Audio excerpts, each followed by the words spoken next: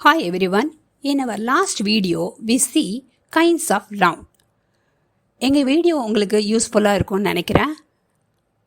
அது தொடர்ந்து கிடைக்கணும்னா நீங்கள் ஈஸி பிரெயினை சப்ஸ்கிரைப் பண்ணுங்கள், ஐகான் பட்டனை கிளிக் பண்ணுங்கள். Example of noun. This room is 30 feet in length. இந்த அறை 30 அடி நீளம் கொண்டது. Room is a common noun. Feet is a common noun. Length is an abstract noun. Our team is better than theirs. எங்கள் அணி அவர்களை விட சிறப்பாக உள்ளது. Team is collective noun. I recognize your voice at once. நான் உங்கள் குரலை உடனடியாக அடையாளம் கண்டு கொண்டேன். Voice is common noun. Without health, there is no happiness.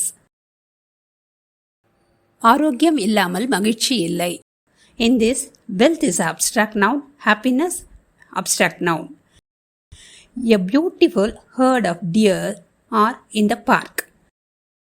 பூங்காவில் அழகான மான்களின் கூட்டம் வாழ்கிறது. Herd of deer is a collective noun. Park is a common noun. The boys went to museum in Chennai. சிறுவர்கள் சென்னையில் உள்ள அருங்காட்சியகத்திற்கு சென்றனர். Boys are common noun, museum common noun, Chennai proper noun. Let's have some snacks and drinks. கொஞ்சம் சிற்றுண்டி மற்றும் பானங்கள் சாப்பிடுவோம். இதில் snacks and drinks uncountable noun. We need 6 eggs to make a cake. ஒரு கேக் செய்ய 6 முட்டைகள் தேவை.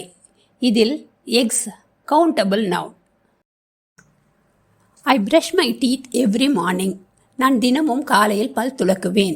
இதில் teeth என்பது countable noun. I used to eat ginger in salad. நான் சாலட்டில் உள்ள இஞ்சி சாப்பிட்டேன். Ginger என்பது concrete noun. He did his homework by himself. அவன் வீட்டு பாடங்களை அவனே செய்தார். இதில் homework என்பது compound noun.